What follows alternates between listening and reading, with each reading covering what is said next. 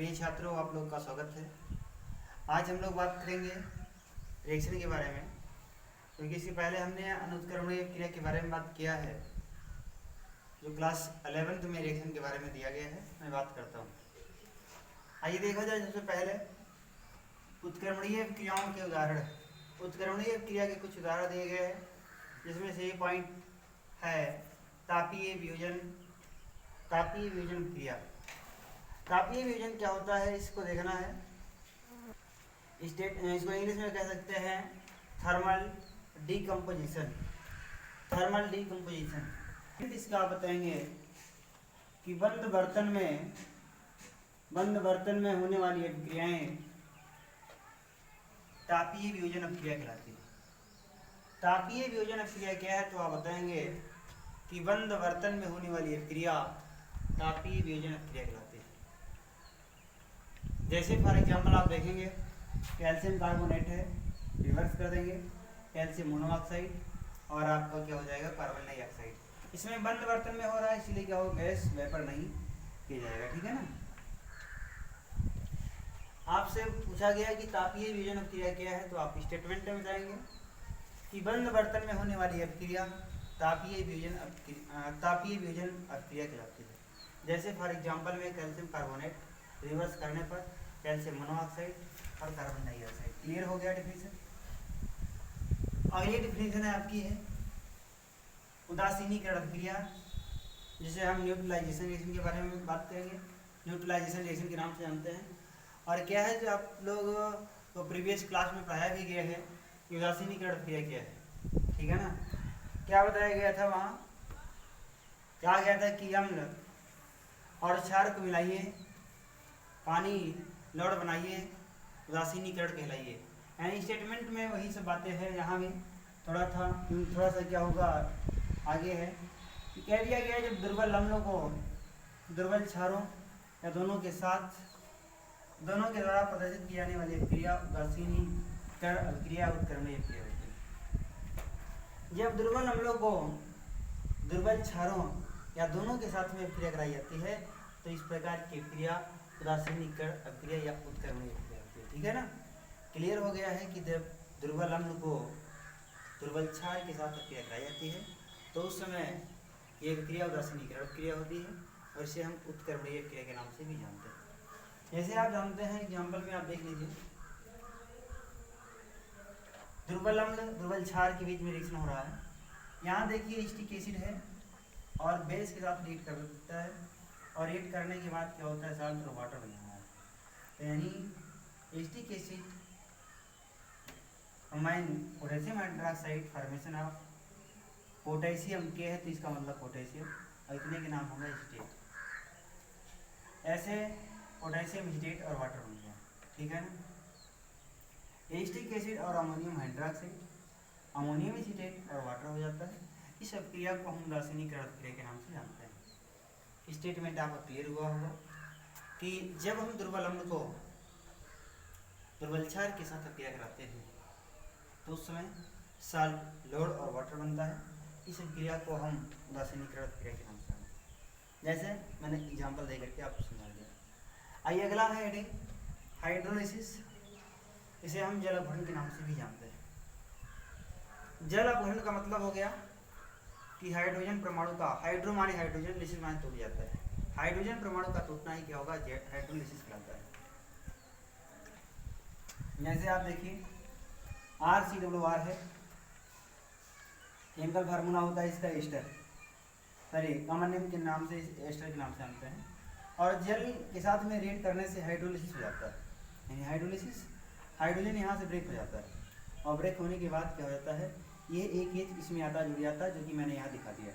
Okay, यानी RCOO dash ये break हुआ, आ गया यहाँ R आपका ऐड हो गया, और यहाँ से R डैश और OH आपका अलग हो जाता है। ये क्रिया हाइड्रोलिसिस कहलाता है। यानी हाइड्रोलिसिस में हाइड्रोजन परमाणु का टूटना हाइड्रोलिसिस कहलाता है, ठीक है ना। यानी एस्टर का जल अपघटन एक उत्क्रमणीय क्रिया होती है, इसे हम हाइड्रोलिसिस के नाम से भी जानते हैं। आइए देख लिया जाए, कुछ एग्जाम्पल और नीचे दिए गए हैं। इसी में आप कह भी सकते हैं कि अकार्बनिक क्लोरो, जैसे प्रबल अम्ल प्रबल क्षार से बने लौड़ को छोड़ करके जल अपघटन का अनुक्रमणीय क्रिया होता है, जो कि यहाँ दिया गया है। FeCl3 और water, formation of ferric hydroxide, ये आपका है, और ये हाइड्रोक्लोरिक एसिड लग जाता है। Ammonium chloride water, ammonium hydroxide और हाइड्रोक्लोरिक एसिड आपका होगा। आइए देखते हैं जब फिजिकल प्रॉपर्टी, फिजिकल है एंड केमिकल इक्विलिब्रियम, भौतिक रासायनिक साम्य क्या होता है। लेसन स्टार्ट होने से पहले हम, आपका लेसन है रासायनिक साम्य, पुरानी बुक में दिया गया था, तो हमने कहा इंट्रोडक्शन में कुछ बता दिया जाए, तो वही सब अभी आपका चल रहा है। इसके बाद हम स्टार्ट करेंगे ऑक्सीडेशन और रिडक्शन, जो क्लास 11 में फर्स्ट लेसन एनसीईआरटी पाठ्यक्रम पर आधारित रहेगा, और ये भाई इंट्रोडक्शन पे है, तो इसीलिए इसको जान लीजिए क्योंकि रिएक्शन है आपका। आप देखिएगा यहाँ भौतिक रासायनिक साम्य है, तो भौतिक रासायनिक साम्य क्या होगा। साम्य के बारे में मैंने पहले आपसे चर्चा की थी कि साम्य का मतलब होता है जिसमें विकारक का मान, विकारक का कुल मान उत्पाद के कुल मान के बराबर हो जाए, तो इसे हम रासायनिक साम्य। भौतिक रासायनिक साम्य दिया गया है फिजिकल एंड केमिकल इक्विलिब्रियम। पहला आपको होता है भौतिक साम्यावस्था और दूसरा होता है रासायनिक साम्यावस्था। तो भौतिक और रासायनिक साम्यावस्था के बारे में हमें अध्ययन करना है, और काफ़ी बात बता ही दिया गया है। क्लियर हो गया होगा, और रासायनिक साम्यावस्था क्लियर हो गया होगा। यानी साम्यावस्था का मतलब होता है जिसमें जब विकारक उत्पाद में बदलती है, इस क्रिया को हम अग्रभ क्रिया के नाम से जानते हैं। अभिकारक उत्पाद में परिवर्तन जब होता है उसका, उसे हम अग्रभ क्रिया के नाम से जानते हैं। और पुनः उत्पाद अभिकारक में आती है, तो इस क्रिया को हम पश्चात क्रिया के नाम से जानते हैं। तो इन दोनों का मान बराबर होता है, इसे साम्यावस्था के नाम से जानेंगे। आइए इसकी कुछ विशेषताएं दी गई है, रासायनिक साम्यावस्था की कुछ विशेषताएं हैं। कैरेक्टरिस्टिक्स ऑफ केमिकल इक्विलिब्रियम, यानी रासायनिक साम्य की कुछ विशेषताएं हैं। रासायनिक साम्य की विशेषताएं, यानी पहला पॉइंट आप जानेंगे रासायनिक साम्यावस्था पर निकाय, रासायनिक साम्यावस्था पर निकाय में उपस्थित अभिकारकों एवं उत्पादों की सांद्रताएं समय के साथ परिवर्तित नहीं होती। इसमें अभिकारक और एवं उत्पादों की जो सांद्रता है, अभिकारक और उत्पाद की जो सांद्रता है, समय के साथ परिवर्तित नहीं होती है, ये स्थिर रह जाती है। इस क्रिया की पहली विशेषता होगा, यानी रासायनिक साम्यावस्था की पहली विशेषता आप क्लियर कर लीजिए। इसमें अभिकारक और उत्पाद की जो सांद्रता होती है वो समय के साथ बदलती है। दूसरा पॉइंट आपका यह है कि साम्यावस्था अग्र एवं पश्य, अग्र एवं पश्य अभिक्रियाओं की दर बराबर हो जाती है। हमने अभी इसके पहले ही बताया कि इसमें क्या होगा कि यह अग्र क्रियाओं का दर पश्य क्रियाओं के दर के बराबर हो जाता है। तीसरा पॉइंट आप बताएंगे कि साम्यावस्था अभिकारक और उत्पाद दोनों की ओर से प्राप्त किया सकता है। यानी साम्यावस्था में, साम्यावस्था क्या होगा, बराबर आप जान नहीं रहे हैं कि अभिक्रिया में अग्र और पश्य दोनों का मान बराबर होता है, तो उसे साम्यावस्था के नाम से जानते हैं। साम्यावस्था अभिकारक और उत्पाद दोनों की ओर से प्राप्त की जा सकती है। चाहे जब बराबर होगा तो आप चाहे जिस तरह से, मतलब चाहे अग्र से चाहे पश्य, आप बराबर कर सकते हैं। यानी स्टेटमेंट तीनों आपकी प्रॉपर्टी यानी कैरेक्टरिस्टिक्स आप जान गए। एक बार पुनः देख लीजिए। रासायनिक साम्य पर निकाय में उपस्थित अभिकारकों एवं उत्पादों की सांद्रताएं समय के साथ परिवर्तित नहीं होती, ये आपका पहला पॉइंट हो गया। दूसरा पॉइंट आपका होता है, और ये स्थिर रहते हैं। दूसरा पॉइंट आपका है कि साम्यावस्था पर अग्र एवं पश्य क्रियाओं की दर बराबर हो जाती है। तीसरा पॉइंट आपका है कि साम्यावस्था अभिकारक और उत्पाद दोनों की ओर से प्राप्त की जा सकती है। अभी आगे और देखिए क्या है, के नियम क्या है। सर्वोत्तम द्रव्यानुपातिक क्रिया के नियम को सीएम गुलवर्ट और पिवागे ने इस नियम को दिया था। वैज्ञानिक का नाम है सीएम गुल्डबर्ग और पिवागे। मैंने यहाँ लिख दिया है सीएम गुलवर्ट। द्रव्यानुपातिक क्रिया के नियम को सीएम गुलवर्ट और पिवागे ने इस नियम को प्रस्तुत किया। इन्होंने कहा कि स्थिर ताप पर किसी पदार्थ की क्रिया करने की दर, स्थिर ताप पर किसी पदार्थ की क्रिया करने की दर और उसके उचित घातांक लगाए गए सक्रिय द्रव्यमान के समानुपाती हो जाता है।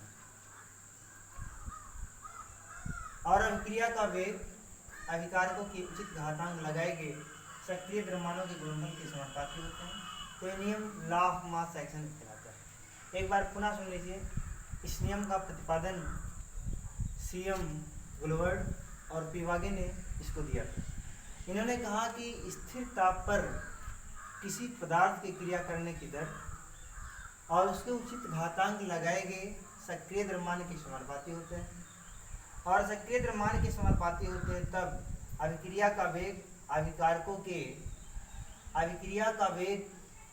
अभिकारकों के उचित घातांक लगाए गए सक्रिय द्रव्यमानों के गुणनफल के समानुपाती हो जाते हैं। सक्रिय द्रव्यमानों के गुणनफल के समानुपाती होते हैं, तो इस नियम को हम लॉ ऑफ मास एक्शन कहते हैं।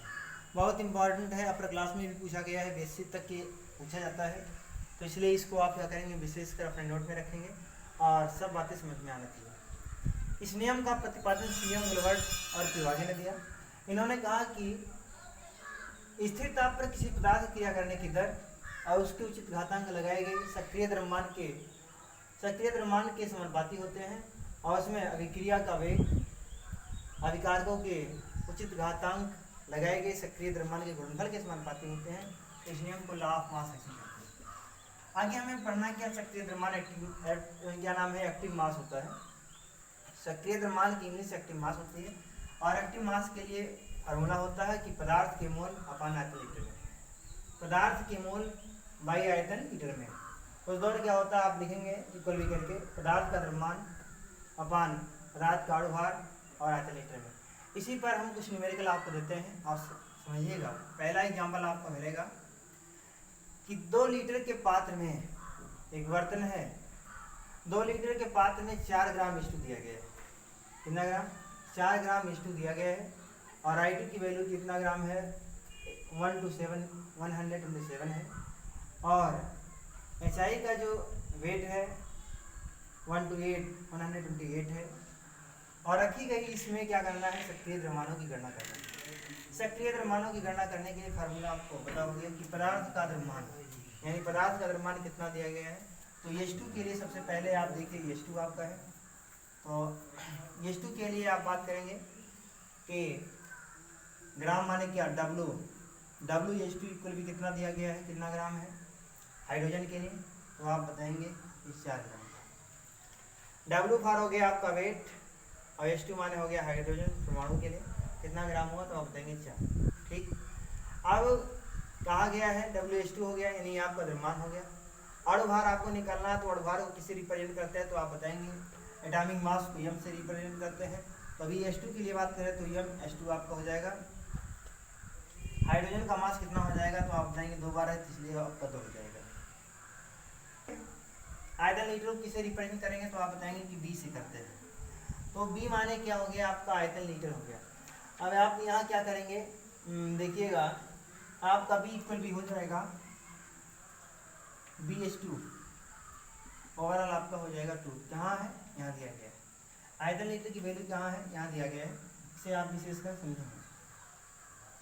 अब आप देख लीजिए, इसी फार्मूले पे आप रख दीजिए, पदार्थ का द्रव्यमान कितना हो गया 4, मास कितना हो गया, आप देखिए हाइड्रोजन का मास 2 हो गया, आयतन लीटर में कितना हो गया आप बताएंगे 2, यानी आप करेंगे 4/4, सॉरी 4 क्या हो जाएगा, तो 4, 1 आ गया। 1 क्या हो गया, मोल लीटर, सक्रिय द्रव्यमान की यूनिट होते हैं, इसे हम 1 मोल और लीटर लिखेंगे। बात समझ में आ रही होगी। ऐसे आप देखिए H2 का क्लियर हो गया, तो I2 का आपको करना है। पहला आपका हो गया, दूसरा देख लीजिए I2 के लिए। अब यहाँ क्या करेंगे, W लिखेंगे, और किसके बारे में आप बात कर रहे हैं, I2 के बारे में। I2 का मान कितना, वेट कितना दिया गया, तो आप लिखेंगे 127 दिया गया है। ठीक, अब मास, एटॉमिक मास कितना है I2 का, तो आप लिखेंगे एटॉमिक मास, देखिएगा इसका जो एटॉमिक मास होता है मतलब I2 का, तो आप लिखेंगे 127 होता है। I का जो मास होता है आप बताएंगे, I का जो एटॉमिक मास होता है 127, और कितनी बार I दिया गया, 2 बार, तो आप लिखेंगे × 2, और 2 जब मल्टीप्लाई आप करेंगे इसका, तो आपका हो जाएगा 254 मल्टीप्लाई करके चेक कर लीजिएगा, इसका इतना एटॉमिक मास आएगा। यानी क्या 250 और इसका I2 का आपका हो गया। अब बचा रहा बी का वैल्यू कितना हो जाएगा, तो बी की वैल्यू आपकी हो जाएगी कितना लीटर, आप यहाँ इंडिकेट किया गया है, कितना दिया गया है 2 दिया गया, तो आप कर देंगे, तो आपका ये हो गया। फार्मूले पे आप रख दीजिए क्या, रात का द्रव्यमान यानी आपका हो गया मास 1 to 7 हो गया, और उसके बाद में रात कार्बोहाइड्रेट मास 254 हो गया, और इंटू भी कह रहा है आयतन लीटर में, आयतन लीटर कितना दिया है 2 लीटर, हाँ दिया, सबके लिए 2 लीटर प्रयोग करेंगे, तो आप करेंगे तो इसको आप कर देंगे। अब इसे आप सॉल्व कर लीजिए, जैसे ही इसको आप सॉल्व करेंगे तो उसका और क्या हो जाएगा, देखिए इसका आप मल्टीप्लाई यहाँ कर दीजिए या मल्टीप्लाई कर दीजिए, तो इसको डिवाइड कर लीजिए, तो देखिए मल्टी क्या होगा 1 to 7 254 इंटू 2, इसको आप कर देते हैं तो इसका पहले मल्टीप्लाई कर लीजिए 254 इंटू भी 2 कर दिए तो 8 हो गया, 10 हो गया, 1 हो गया और 5 हो गया, कितना हो गया 1 to 7। अब इसी इसको डिवाइड कर देंगे, डिवाइड करेंगे, डिवाइड भी करके दिखा देते हैं 508, देखिए पहले 0 बढ़ाएंगे तो 0 आपको यहाँ हो जाएगा, 5 पाल ले चलिए इसको, तो 508 आप आन किया 5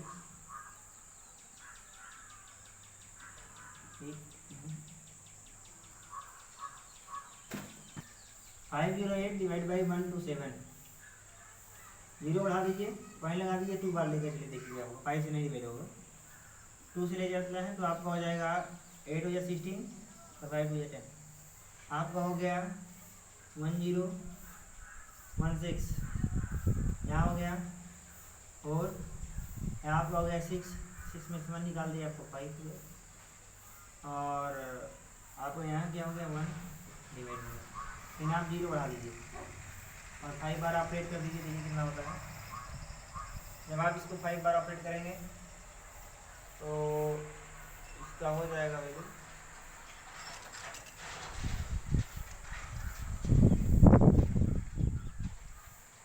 ये इसका I2 का वेट दिया गया है 1 to 7, और मास दिया गया है आपका 1 to 5 से 4, और उसके बाद वॉल्यूम आपका इतना दिया गया है।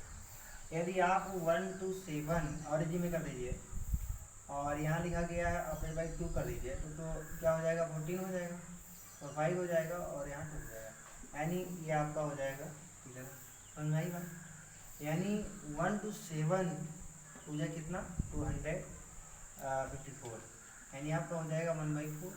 अब 4 से आप इसको डिवाइड कर दीजिए, 4 से 1 को डिवाइड कर देंगे तो यहाँ 0 हो जाएगा, और फिर आप क्या करेंगे यहाँ 0 बढ़ा दिए तो 4 to जाए 5 हो गया और 2 हो गया, यही आपका क्या हो जाएगा 20 और ठीक, यानी आपको कितना आंसर आ गया बताएंगे 0.25 मोल प्रति लीटर, क्या मोल पर, यही आपका आंसर हो जाएगा, देख लीजिएगा ठीक है। एक बार पुनः देख लीजिए, जब I2 की लिए बात करते हैं तो इसका जो क्या नाम है वेट दिया गया है 1 to 7 है, क्लियर हो गया, और I2 का जो एटॉमिक मास होता है वो आपका होता है कितना 1 to 7 इसका मास होता है, मतलब क्या नाम होता है वेट मास होता है, तो 1 to 7 इंटू आप क्या करें 2 बार है 2 से डिवाइड कर दिए 4 आ गया, डिवाइड करते तो 1/2 आपका हो गया, इंटू 2 या 4 डिवाइड कर दी तो आपका इतनी वैल्यू हो गई, ठीक है। अब वो बात किसके लिए करेंगे, I2 हो गया आपका, और HI की बात है, HI को देख लीजिए, HI के लिए देखेंगे, HI के लिए सबसे पहले इसका वेट कितना होगा WHI, W 1 to 8 हो जाएगा, और MHI के लिए MHI आपका देखेंगे तो हो जाएगा 1 to 7 + 1, यानी कितना हो जाएगा, अभी हमने बताया कि HI का जो I का जो वेट होता है कितना 1 to 7 होता है, और 1 आपका हाइड्रोजन है ऐड हो जाएगा तो आपका हो जाएगा 1 to 8 हो जाएगा, और वॉल्यूम आपका कितना हो गया 2 लीटर दिया, आयतन नहीं होगा ये आपका होगा लीटर। फार्मूला जानते हैं कि पदार्थ का द्रव्यमान मास कितना है 1 to 8, सॉरी वेट कितना हो गया 1 to 8, और उसके बाद में इसका जो एटॉमिक मास है 1 to 8 और इंटू V2, यहाँ से इसको डिवाइड कर दीजिए, 1/2 हो गया। और जब आप 2 को 10 से डिवाइड करते हैं तो उस समय इसका आ जाएगा 0.5 मोल लीटर हो जाएगा। ये आपका हो गया। इसके बाद में हम कुछ क्वेश्चन दे देते हैं, सारे क्वेश्चन आप फिर कॉपी में करेंगे, और हम एक क्वेश्चन देते हैं, इसी के अकॉर्डिंग आप कर लीजिएगा। देखिए क्या क्वेश्चन है, आइए नोट करते रहिएगा। हम यहाँ क्या कर दिए, यहाँ आपका 6 ना का ज़्यादा हो जाएगा, 2 कर देते हैं, यहाँ आपका 6 कर देते हैं, यहाँ आपका 9 कर देते हैं, और यहाँ आपका हो गया